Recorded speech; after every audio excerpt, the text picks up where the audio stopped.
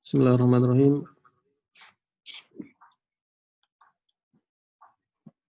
Assalamualaikum warahmatullahi wabarakatuh. Waalaikumsalam warahmatullahi wabarakatuh. Alhamdulillah, salatu wassalamu ala rasulillah wa ala alihi wa ashabihi wa mawalah. Alhamdulillah, ikhwan dan akhwat yang dimuliakan Allah Subhanahu wa taala. Pada malam hari ini kita dipertemukan kembali oleh Allah Subhanahu wa taala dalam majelis ilmu kajian rutin kita melalui sarana online Zoom yang insya Allah pada malam hari ini akan diisi oleh Ustadz Roni Abu Salim dengan tema karakteristik umat Islam dan unsur-unsur kesatuan umat. Oleh karena itu, untuk menyingkat waktu, kita persilahkan kepada Ustadz Roni Abu Salim. Tafadhol Ustadz Roni, mulai materinya. Bismillahirrahmanirrahim. Assalamualaikum warahmatullahi wabarakatuh. Innal hamdalillah nahmaduhu wa nasta'inuhu wa nastaghfiruh wa na'udzu billahi min shururi anfusina wa sayyiati a'malina. May yahdihillahu fala mudilla lahu wa man yudlil fala hadiya lahu. Wa asyhadu an la ilaha illallah wahdahu la syarika lah wa asyhadu anna Muhammadan abduhu wa rasuluh. Pertama-tama marilah kita memanjatkan puji kepada Allah Subhanahu wa taala. Senantiasa kita bersyukur kepada Allah atas segenap kenikmatan yang telah Allah Subhanahu wa taala karuniakan kepada kita. Allah Subhanahu wa taala telah menurunkan kepada kita nikmat kesehatan, nikmat kecukupan makan minum. Kemudian Allah Subhanahu wa taala juga menurunkan kepada kita kenikmatan tempat tinggal, rasa aman, dan kenikmatan-kenikmatan lain yang banyak. Dan sudah sepantasnya bahwa pujian itu kita haturkan kepada Allah Subhanahu wa taala, karena memang segala pujian itu milik Allah Subhanahu wa taala. Kita berlindung kepada Allah Subhanahu wa taala dari kejahatan diri-diri kita dan dari keburukan perbuatan-perbuatan kita.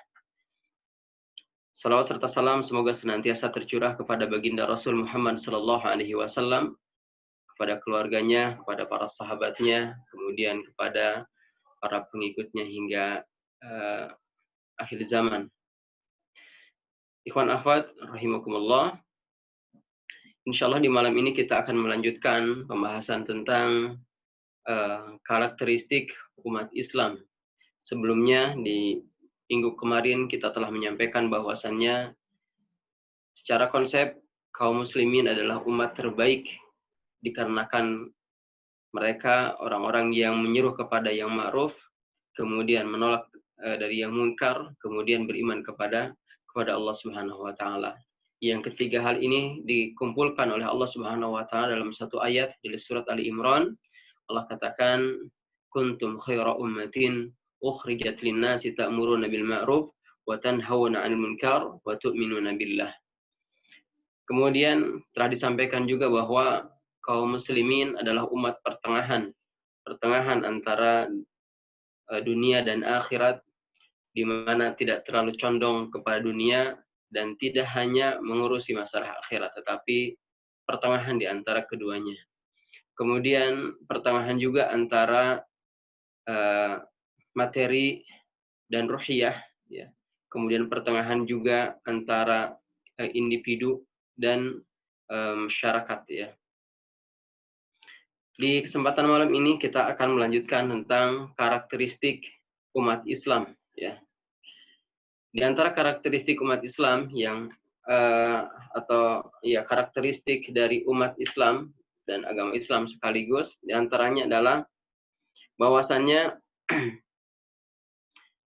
akidah, ya, dilihat dari sisi akidah, kaum muslimin adalah kaum yang akidahnya bersih dari segala bentuk kesyirikan, ya, di mana mereka mengakui keesaan Allah Subhanahu wa taala, mengakui bahwa Allah Subhanahu wa taala adalah ilah, mengakui Allah Subhanahu wa taala adalah Rabb, dan mengakui bahwa Allah Subhanahu wa taala memiliki nama-nama dan dan sifat-sifat.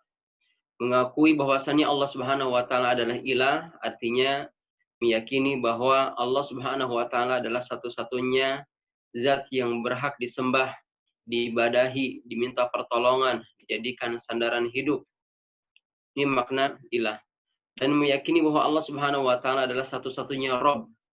Rabb itu maknanya yang menciptakan, yang menghidupkan, yang mematikan, yang mengatur, yang mengurus, yang memberikan rizki, dan makna-makna yang semisal dengan ini. Ini makna Rabb. Dan kaum muslimin diajarkan bahwasannya ilah dan Rabb itu hanya Allah Subhanahu wa taala. Kemudian meyakini juga bahwa Allah Subhanahu wa taala punya sifat-sifat, punya nama-nama yang mulia, yang sempurna, yang laisa kamitslihi syai'un, yang tidak ada satupun yang semisal dengan Allah Subhanahu wa taala. Allah Subhanahu wa taala punya segala bentuk sifat kesempurnaan yang tercermin di dalam nama-namanya. Dan inilah yang membedakan kaum muslimin dengan umat-umat yang lainnya. Orang-orang Yahudi, orang-orang Nasrani, para penyembah berhala, mereka telah tercemari akidah mereka. Orang Yahudi umpamanya, karena pun di awal diberikan kepada mereka pengetahuan atau diberikan kepada mereka wahyu lewat nabi-nabi mereka bahwasanya Allah Subhanahu wa taala adalah ilah dan Rabb, namun kemudian akidah mereka tercemari. Di antaranya mereka mengatakan sebagaimana Allah katakan dalam Al-Qur'an, wa qalatil yahudu Uzairun ibnullah. Orang-orang Yahudi mengatakan Uzair adalah anak Allah, ya. Ini adalah ucapan atau ungkapan dari orang-orang Yahudi yang menunjukkan sudah rusaknya akidah mereka, yang menunjukkan sudah tercemarinya akidah mereka dengan kesyirikan, di mana mereka mensifati Allah dengan sifat yang buruk, yaitu memiliki anak, dan anaknya adalah Uzair, ya. Maha suci Allah Subhanahu wa taala dari apa yang telah mereka sifatkan. Demikian juga orang-orang Nasrani, ya, wa qalatil yahudu Uzairun ibn Allah wa qalatil Nasara al-Masih ibn Allah. Dan orang-orang Nasrani mengatakan bahwa Isa adalah anak Allah.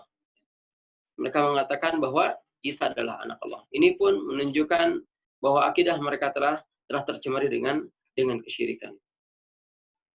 Lalu bagaimana dengan para penyembah berhala? Allah katakan dalam surat Maryam ayat 87 berkaitan dengan berhala-berhala yang mereka yakini, mereka meyakini berhala-berhala itu dengan mengatakan la yamlikuna syafa'ah illa man ittakhadha 'inda ar-rahmani ahda. Mereka tidak berhak mendapat syafaat kecuali yang telah mengadakan perjanjian di sisi Allah yang Maha Pemurah.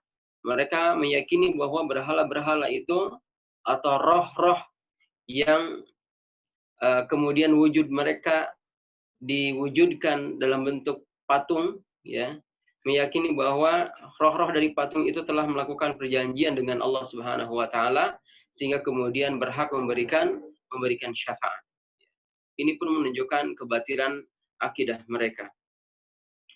Belum lagi mereka menjadikan sekutu-sekutu bagi Allah Subhanahu wa taala. Mereka menyembah kepada selain Allah Subhanahu wa taala. Ada di antara mereka yang menyembah pohon, menyembah batu, menyembah binatang, bahkan ya, menyembah monyet, menyembah tikus, menyembah sapi, dan menyembah makhluk Allah Subhanahu wa taala dan dijadikannya sebagai tandingan dari Allah Subhanahu wa taala. Dan maha suci Allah Subhanahu wa taala dari apa yang mereka sekutukan. Nah, umat-umat yang lain menunjukkan keyakinan mereka, akidah mereka, ya, dengan keyakinan-keyakinan seperti tadi menunjukkan rusaknya akidah mereka, tercemarinya fitrah mereka. Adapun kaum muslimin, umat Islam, akidah mereka terjaga, ya. Akidah mereka terjaga. Mereka meyakini bahwa Allah Subhanahu wa taala satu-satunya ilah. Mereka meyakini bahwa Allah Subhanahu wa taala satu-satunya Rabb. Mereka meyakini bahwa Allah Subhanahu wa taala itu Ahad, tempat bergantung kepada segala sesuatu, As-Samad, lam yalid wa lam yulad, tidak beranak dan tidak pula diperanakan.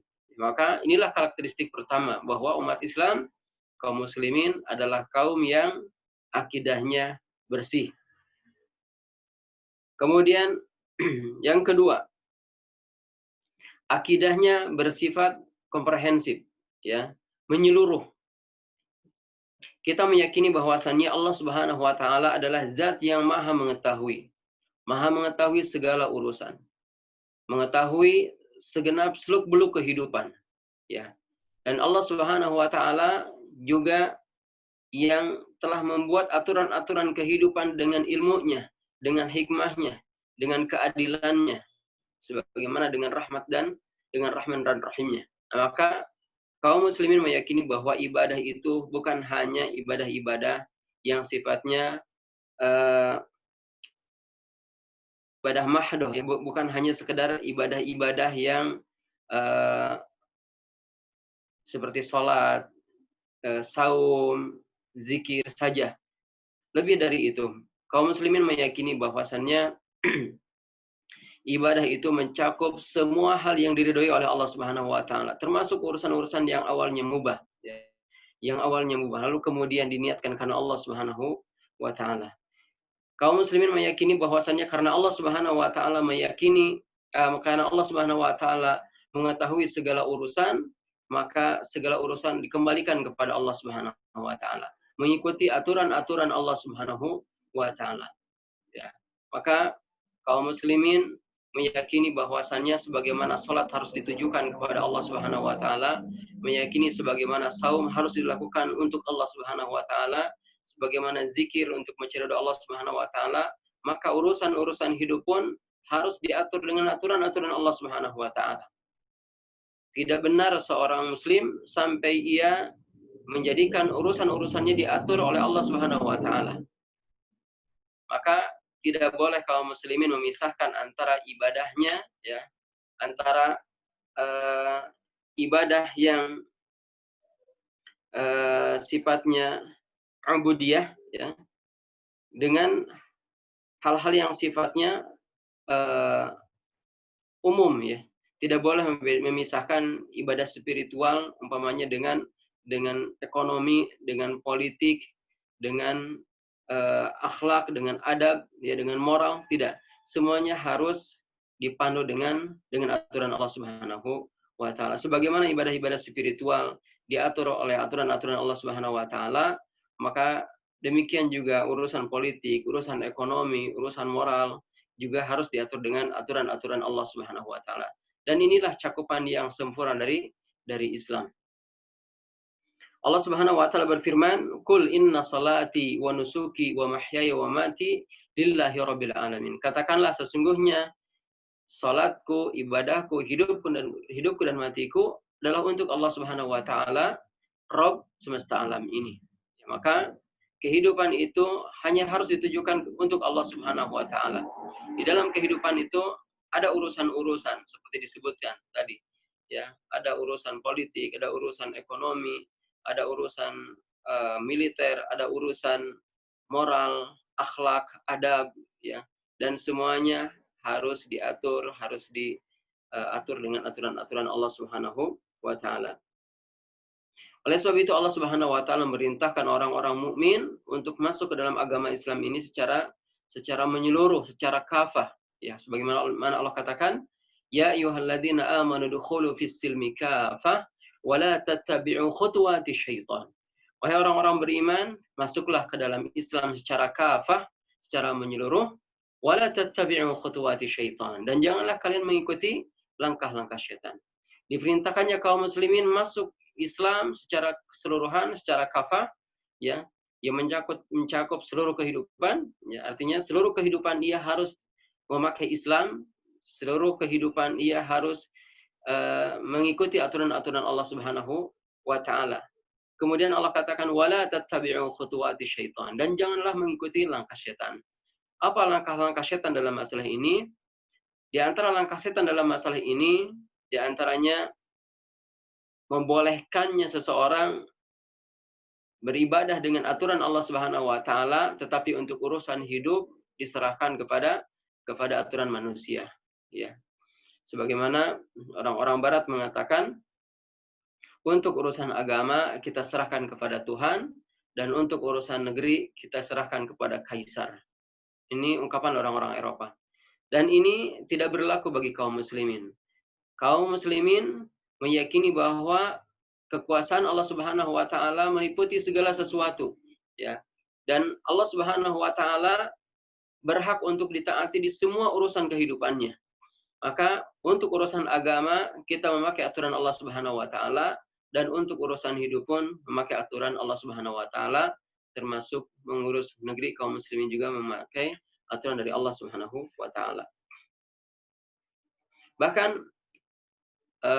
orang-orang yang di dalam agama kita, orang-orang yang meyakini harusnya beribadah dengan aturan-aturan Allah Subhanahu wa taala, akan tetapi untuk urusan-urusan duniawi diserahkan kepada aturan-aturan manusia dan meyakini bahwa aturan-aturan manusia itu dianggap lebih cocok, maka mereka adalah orang-orang munafik.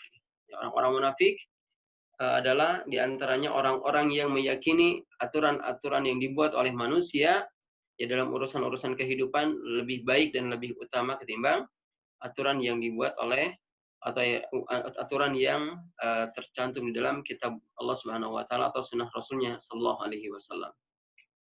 Kemudian karakteristik ketiga, ya. Semua umat ya kecuali kaum muslimin, ya. Semua umat kecuali kaum muslimin, ajaran-ajaran mereka telah mengalami pemalsuan, penambahan dan pengurangan, ya. Penambahan dan pengurangan. Dan hal ini berbeda dengan kaum muslimin. Kaum muslimin, sumber ajaran mereka adalah kitab yang terjaga, Al-Quran dan sunnah Nabi Sallallahu Alaihi Wasallam yang suci. Allah katakan, Inna nahnu nazzalna dzikra wa inna lahu lahafidun. Sesungguhnya kami yang menurunkan Al-Quran dan kami juga yang menjaganya. Al-Quran, sumber ajaran Islam terjaga di sisi Allah Subhanahu wa taala. Maka akan terjaga juga rasionalitas dari ajaran-ajarannya, ya. Akan terjaga juga ajaran-ajarannya. Tidak akan mengalami penambahan, tidak akan mengalami pengurangan.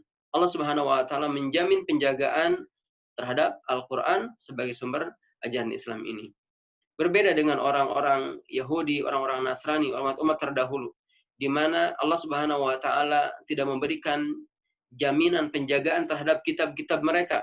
Maka kemudian mereka menambahi dan mengurangi, ya. Sebagaimana Allah katakan, fawailul lil ladzina yaktubuna al-kitaba bi aydihim tsumma yaquluna hadza min indillah. Allah katakan, celakalah orang-orang yang menulis kitab dengan tangan-tangan mereka lalu kemudian mereka mengatakan hadza min indillah. Ini dari sisi Allah Subhanahu wa taala. Mereka mengklaim bahwa apa yang ada dalam kitab-kitab itu dari Allah Subhanahu wa taala, padahal itu adalah tambahan-tambahan yang telah mereka buat. Tambahan-tambahan yang telah mereka buat. Ikhwan akhwat rahimakumullah, ya. Maka sekali lagi karakteristik ketiga ini bahwasanya kaum muslimin manhaj mereka ya adalah manhaj yang terbebas dari pemalsuan, terbebas dari penambahan dan pengurangan. Kemudian ciri khas keempat atau karakteristik keempat, bahwasannya kaum muslimin ajaran mereka adalah ajaran yang paling sempurna manhajnya. Yang paling sempurna manhajnya karena dia diturunkan oleh Allah Subhanahu wa taala zat yang maha sempurna. Diturunkan oleh Allah Subhanahu wa taala zat yang maha sempurna. Allah Subhanahu wa taala berfirman dalam surat Al-An'am ayat 161 yang artinya, katakanlah sesungguhnya aku telah ditunjuki oleh Rabbku kepada jalan yang lurus, yaitu agama yang benar. Dinnya Ibrahim yang lurus, dan Ibrahim itu bukanlah termasuk orang-orang yang musyrik. Ya. Dia datang dari zat yang maha sempurna Allah Subhanahu wa taala.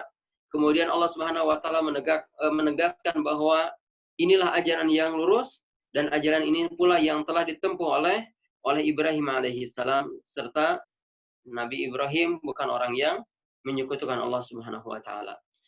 Ajaran Islam ini adalah ajaran yang terbebas dari hawa nafsu. Diturunkan oleh Allah Subhanahu wa taala, ya. Kemudian diturunkan kepada Rasulnya Muhammad sallallahu alaihi wasallam, dan Nabi sallallahu alaihi wasallam menyampaikan kepada umatnya sebagaimana apa yang turun kepadanya, tidak ditambahi dan tidak dikurangi. Allah katakan, "Wa ma yantiqu 'anil hawa in huwa illa wahyu yuha.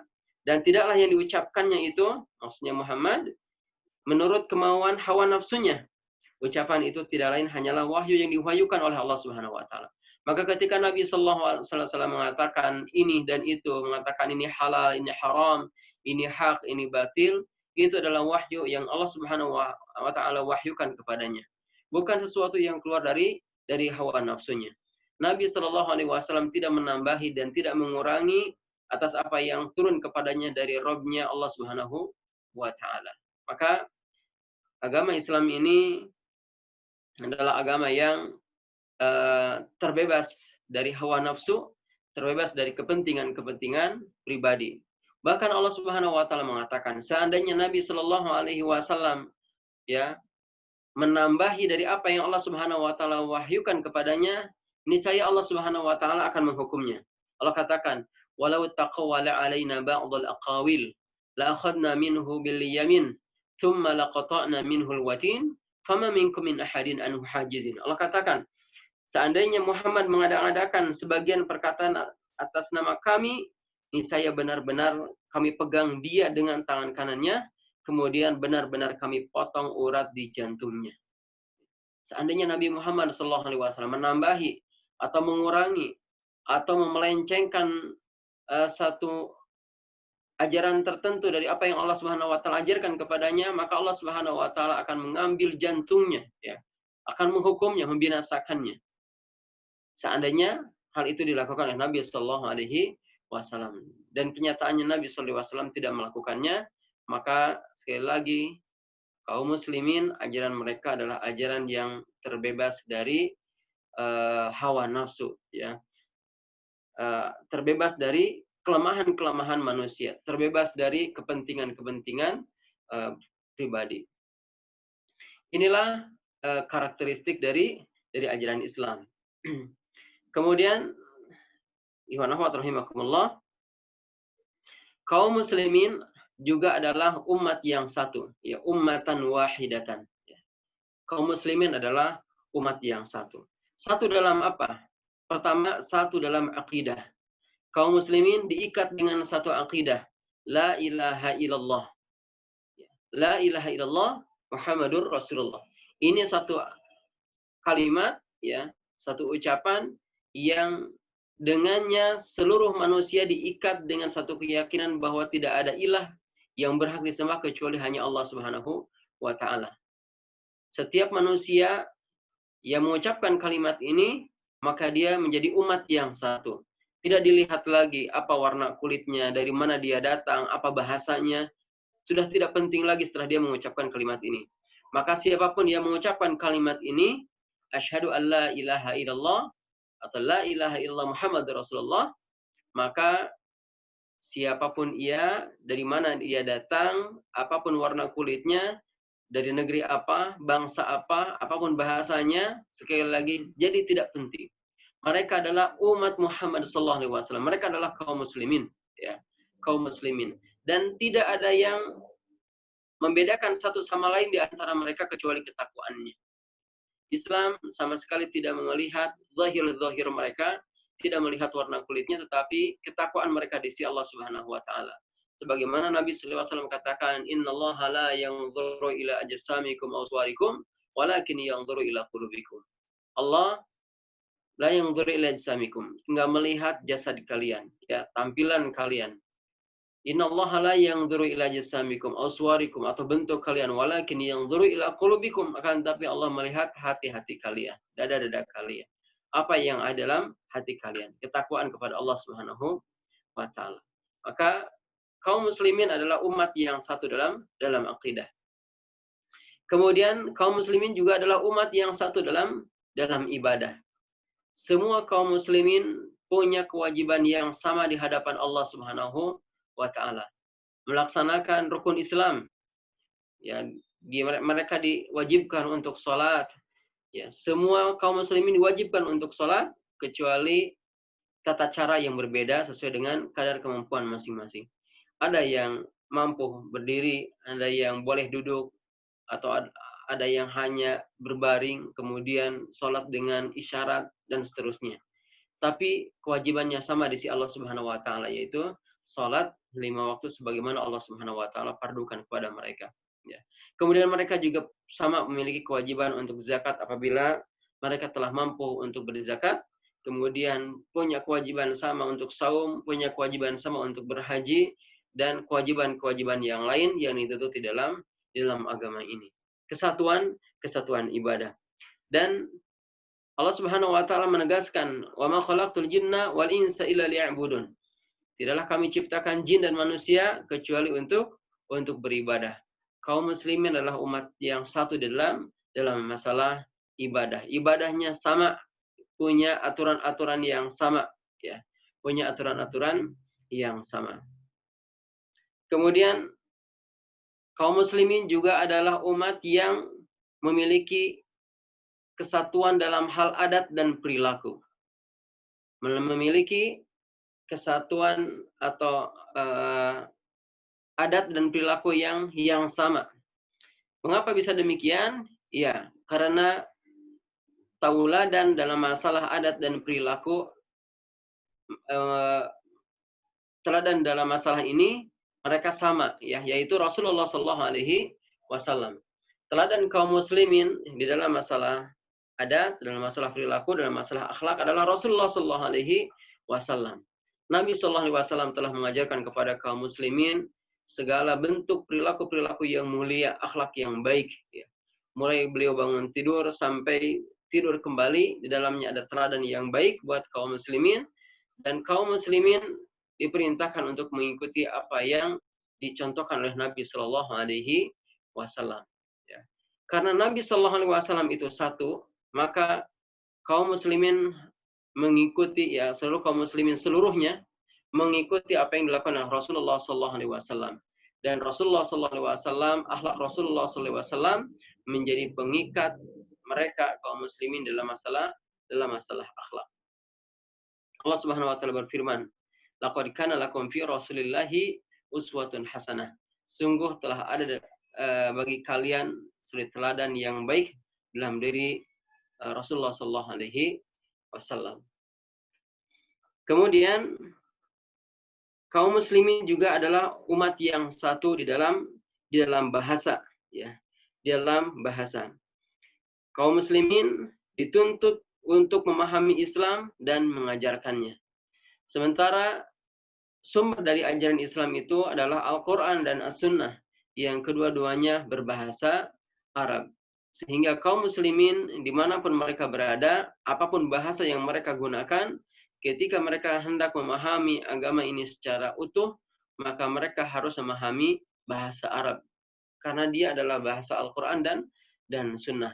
Maka kaum muslimin di samping mereka menggunakan bahasa-bahasa di negeri-negeri mereka, di tempat-tempat mereka, mereka juga belajar bahasa Arab, dan bahasa Arab inilah yang menyatukan mereka.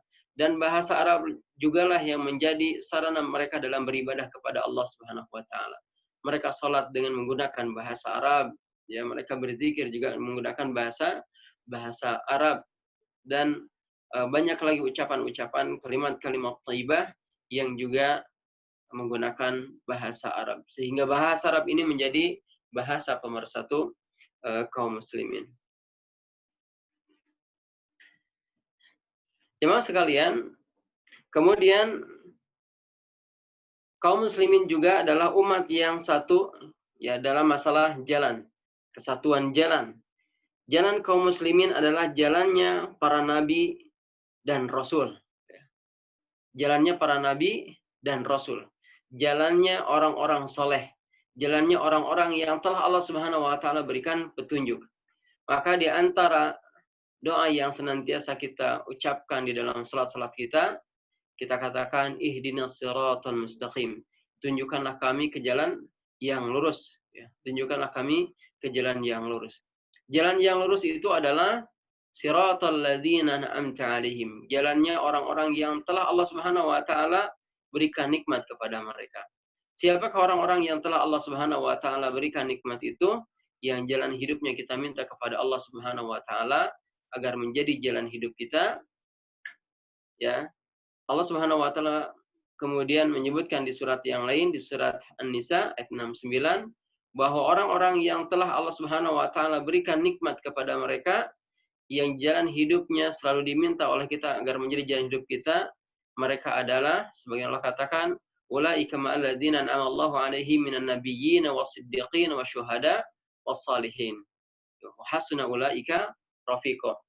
Orang-orang yang telah Allah Subhanahu wa taala berikan kepada mereka nikmat, yang jalan hidupnya kita minta kepada Allah agar jadi jalan hidup kita juga adalah mereka adalah para nabi, kemudian siddiqin, orang-orang yang benar, wasyuhada, orang-orang yang mati syahid, kemudian orang-orang saleh. Inilah jalan hidup kaum muslimin, jalan hidupnya para nabi dan rasul, jalan hidupnya orang-orang yang benar, jalan hidupnya para syuhada, yang orang-orang yang telah mati syahid, kemudian jalan hidupnya orang-orang yang saleh. Kemudian kaum muslimin juga adalah umat yang satu dalam dustur, ya. Kaum muslimin adalah umat yang satu dalam aturan-aturan hidup. Karena sumber undang-undang atau dustur umat Islam adalah Al-Qur'an dan As-Sunnah. Dan kaum muslimin dilarang untuk mengambil rujukan-rujukan selain dari kedua ini, ya. Kaum muslimin dilarang untuk mengambil rujukan selain dari Al-Qur'an dan Sunnah dalam mengatur kehidupan mereka. Karena sesungguhnya kedua sumber agama ini, Al-Quran dan As-Sunnah, telah lengkap memberikan panduan kepada manusia bagaimana seharusnya mereka hidup, bagaimana seharusnya atau apa yang harus mereka lakukan dalam kehidupan ini, sehingga mereka bisa terhantarkan mencapai kebahagiaan di dunia dan di akhirat. Bahkan Allah Subhanahu wa taala mengancam bagi orang-orang yang enggan untuk berhukum atau hidup dengan aturan Al-Quran, ya. Sebagaimana Allah katakan, "Wa man lam yahkum bima anzalallahu fa ulaika humul kafirun." Siapa yang tidak berhukum, ya, siapa yang tidak berhukum dengan apa yang Allah Subhanahu wa taala turunkan, maka mereka adalah orang kafir. Di ayat yang lain Allah katakan, "Wa man lam yahkum bima anzalallahu fa ulaika humul zalimun." Siapa yang tidak berhukum dengan Allah, maka mereka orang zalim. Di ayat berikutnya Allah katakan, wa man lam yahkum bima anzalallahu fa ulaika humul fasiqun. Siapa yang tidak berhukum dengan apa yang Allah Subhanahu wa taala turunkan, maka mereka adalah orang-orang fasik. Orang mukmin, orang muslim ketika mengatakan iyyaka na'budu wa iyyaka nasta'in, ya, ketika ia mengatakan inna salati wa nusuki wa mahyaya wa mamati lillahi rabbil alamin, maka di antara konsekuensi ucapan ini adalah ia hanya ridho ketika hidupnya diatur dengan aturan Allah Subhanahu wa taala dan tidak meyakini kalau aturan-aturan di luar Al-Qur'an atau aturan-aturan di luar aturan Allah Subhanahu wa taala itu lebih baik. Tidak meyakini itu. Bahkan sebaliknya, aturan atau undang-undang yang datang dari sisi Allah Subhanahu wa taala itulah yang paling baik, yang paling banyak mendatangkan kemaslahatan buat manusia. Kemudian kesatuan pimpinan. Kaum muslimin adalah umat yang satu di dalam kepemimpinan. Pemimpin mereka yang pertama adalah Rasulullah SAW, kemudian para khalifah yang diberi petunjuk oleh Allah Subhanahu wa taala, ya. Dan Nabi SAW memerintahkan kita untuk mentaati Allah, mentaati Rasul, dan mentaati para khalifah, ya. Mentaati para khalifah dan menjadikan sunnah-sunnah mereka atau menjadikan petunjuk-petunjuk mereka sebagai sesuatu yang dilaksanakan. Hadirin rahimakumullah, inilah makna bahwa kaum muslimin umat yang satu, ya. Inilah makna bahwasanya kaum muslimin umat yang satu. Mereka satu dalam akidah, mereka satu di dalam masalah dustur, mereka satu dalam akhlak, ya, di dalam kepemimpinan dan seterusnya sebagaimana yang telah saya tadi sebutkan, ya. Ini barangkali yang saya sampaikan pada kesempatan malam ini. Allahu a'lam bishawab. Demikian Pak Ian. Baik, Jazakallah khairan pada Ustadz Roni Abu Salim atas ilmu yang diberikan kepada kita semua mengenai tema kali ini karakteristik umat Islam dan unsur-unsur kesatuan umat. Bagi peserta yang ingin bertanya dapat mengacungkan jari atau raise hand atau juga bisa menuliskan pertanyaan di kolom chat. Baik Ustadz, sambil menunggu pertanyaan dari peserta, mungkin saya buka pertanyaan dari saya dulu Ustadz. Bagaimana jika kita mendapati bahwa seseorang itu memiliki kesalahan Ustadz, baik dalam hal ibadah, fikih, akidah, dan sebagainya? Bolehkah kita bersikap menjauhi, tidak memberi salam, tidak menjawab salam, dan sebagainya, atau kita justru mengedepankan persatuan, Ustaz?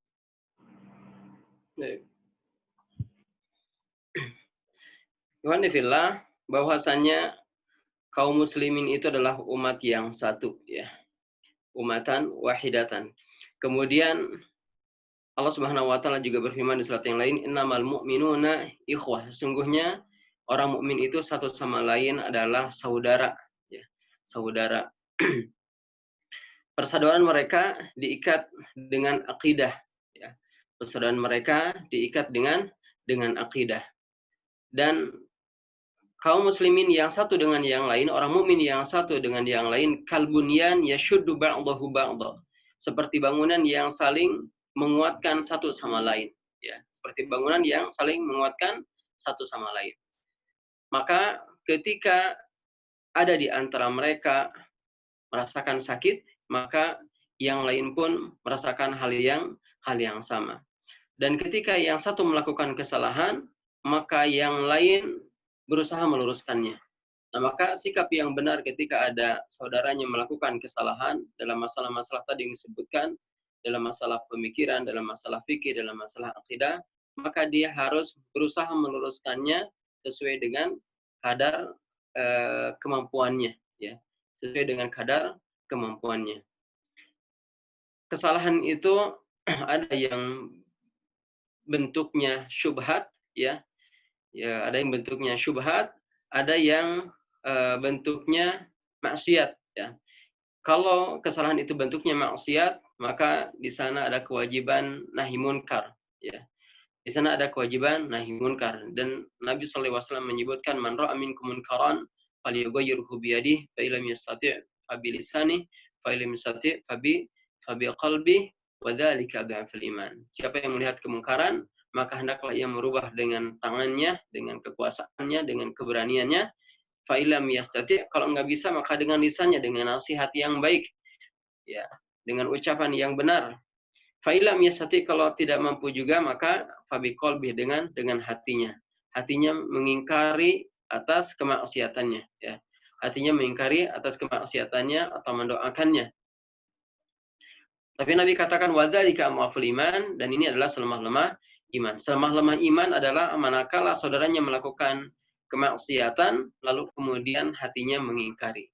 Lalu bagaimana dengan orang yang melihat saudaranya melakukan kemaksiatan, lalu kemudian ia tidak peduli, ya, dia meninggalkannya, maka dikatakan laisa alaihi syai'un minal iman. Ia tidak memiliki bagian daripada iman. Waliyadzubillah, ya. Ini kalau kesalahannya adalah maksiat.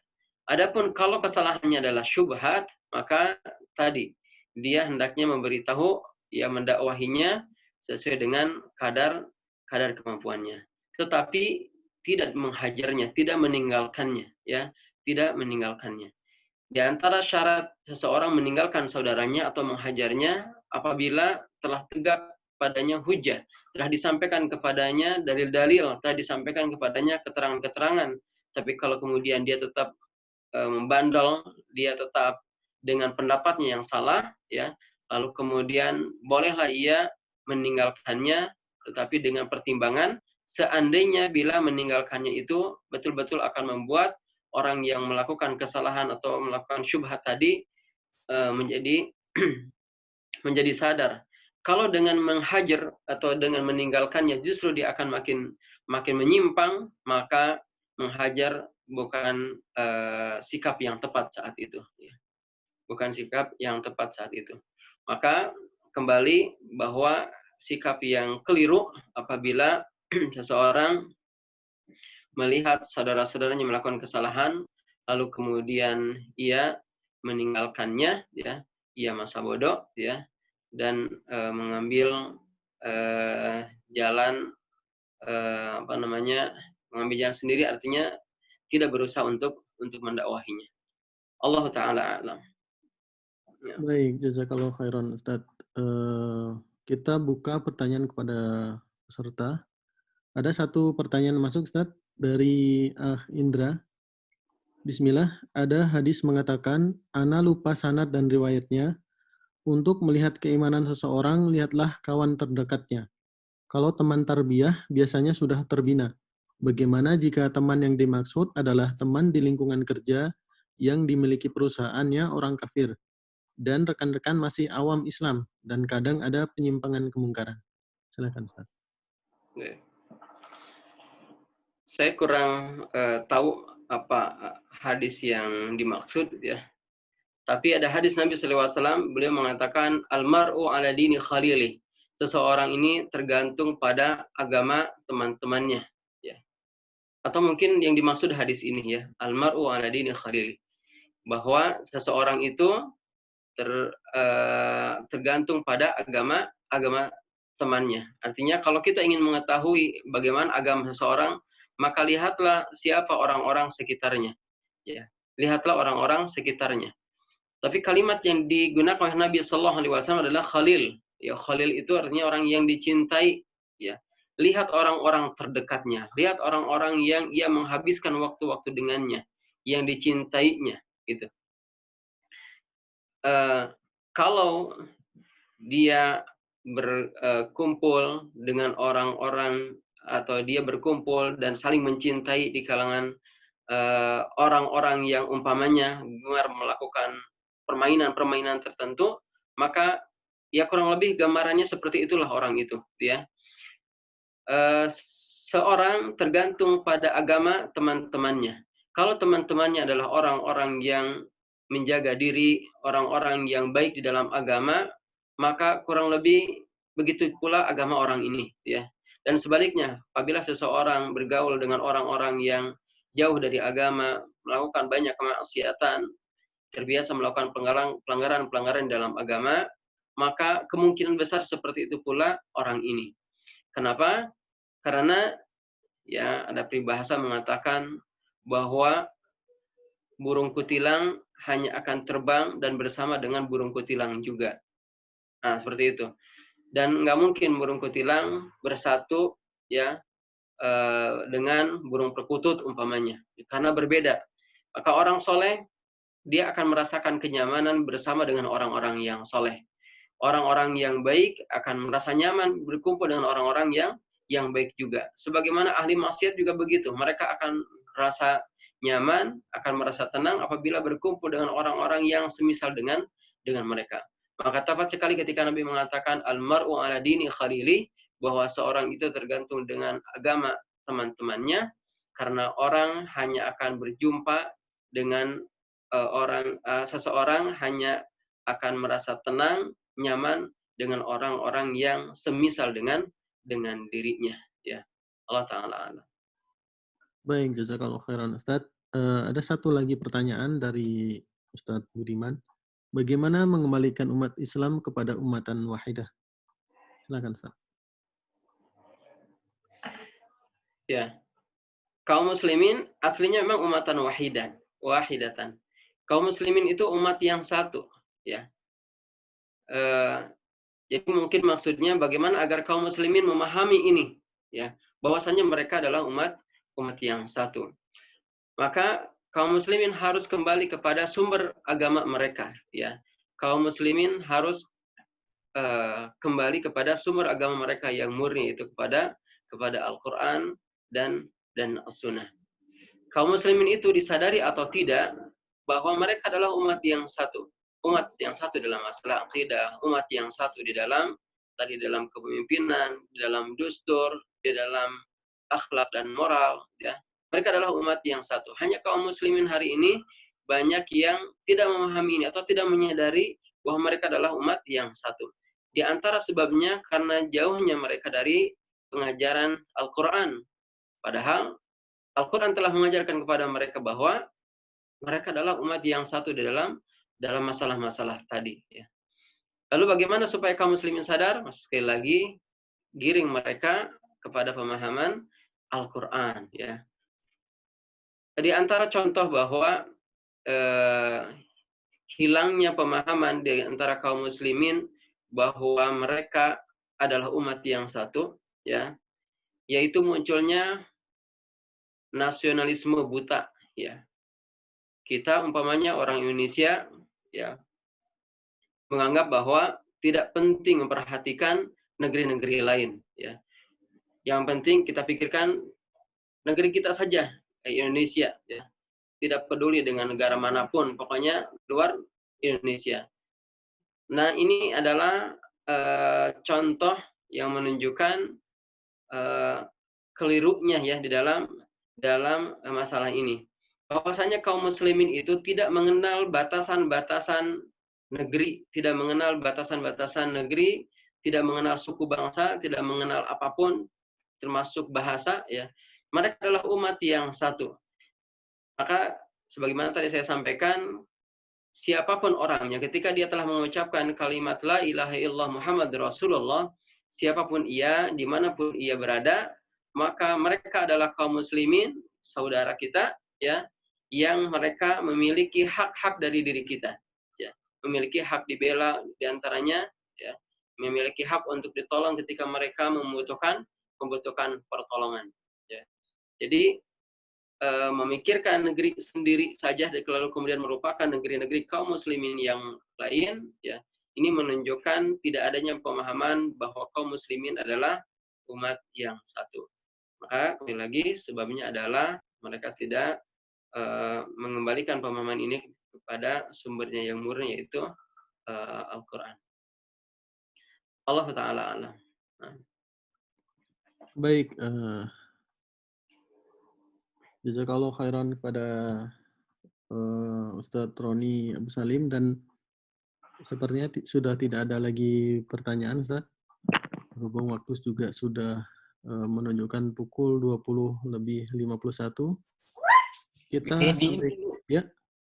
Waalaikumsalam warahmatullahi. Ada pertanyaan? Silakan. Satu pertanyaan lagi, Pak. Boleh bertanya, Tat? Ya, silakan. Nama Lindu Sunarto dari Bogor.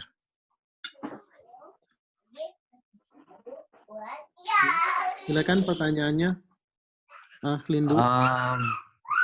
Dari yang saya pahami, setiap umat Islam ini banyak menerjemahkan arti dinul Islam itu dengan agama Islam.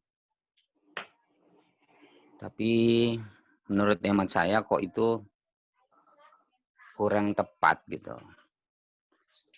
Nah, tapi entah dari mana memulainya sehingga muncul istilah agama Islam. Sedangkan dinul Islam itu muncul jauh-jauh hari, jauh-jauh waktu sebelum agama itu sendiri, istilah agama itu sendiri muncul di Nusantara, di Indonesia. Itu saja, Tat, barangkali ya antum punya jawaban atau dasar yang membuat saya sedikit tertenteramkan dengan istilah itu. Terima kasih. Afwan, Tat. Assalamualaikum. Waalaikumsalam warahmatullahi wabarakatuh. Terima kasih, Lindu Sunarto dari Bogor. Baik, kami persilahkan Ustadz untuk menjawab pertanyaannya. Ya. Memang din itu aslinya tidak tidak cocok kalau diterjemahkan agama, ya. Kita tahu bahwa agama itu dari bahasa Sanskerta, ya, a dan gama. Artinya agama itu artinya tidak kacau, ya. Jadi menurut bahasa Sanskerta, agama itu suatu aturan yang dibuat supaya hidup nggak kacau, ya. Sementara Islam bukan hanya itu, bukan hanya mengatur ya supaya kehidupan itu tidak kacau, lebih dari itu ya. Maka din itu, saya sepakat bahwa din itu sebenarnya tidak tepat kalau diterjemahkan dengan agama. Tetapi bahasa Indonesia tidak memiliki kata yang bisa mewakili atau bisa menerjemahkan kalimat din ini, sehingga tetap saja dipakai ya. Sehingga tetap saja dipakai meskipun sebenarnya makna din itu jauh lebih luas ya. Makna din itu jauh lebih luas karena din itu adalah sistem hidup ya. Sistem hidup yang mengatur segala urusan manusia. Bagaimana ia berhubungan dengan Robnya, bagaimana dia berhubungan dengan manusia, bagaimana dia berinteraksi dengan dirinya sendiri, bagaimana ia menjawantahkan tugasnya sebagai khalifah di muka bumi dan tugas-tugas lain dari Allah Subhanahu wa taala. Jadi memang din itu lebih luas dari makna atau dari sekedar agama ya, dari sekedar agama. Mungkin bisa kita katakan din itu ya, dinul Islam itu ya, dinul Islam nggak bisa diterjemahkan secara sempurna dengan kalimat agama ya. Baik. Ya, baik, karena waktu juga yang membatasi kita, kembali kita sampaikan jazakallahu khairan kepada Ustadz Roni Abu Salim dan ikhwan dan akhwat sekalian yang telah memberikan atensinya pada kajian malam hari ini. Mudah-mudahan kita diberikan taufik dan hidayah dengan ilmu-ilmu yang kita pelajari malam ini. Baik, kita tutup kajian malam ini dengan doa kafaratul majlis. Subhanakallahumma wa bihamdika asyhadu an la ilaha illa anta astaghfiruka wa atubu ilaik. Assalamualaikum warahmatullahi wabarakatuh. Waalaikumsalam warahmatullahi wabarakatuh.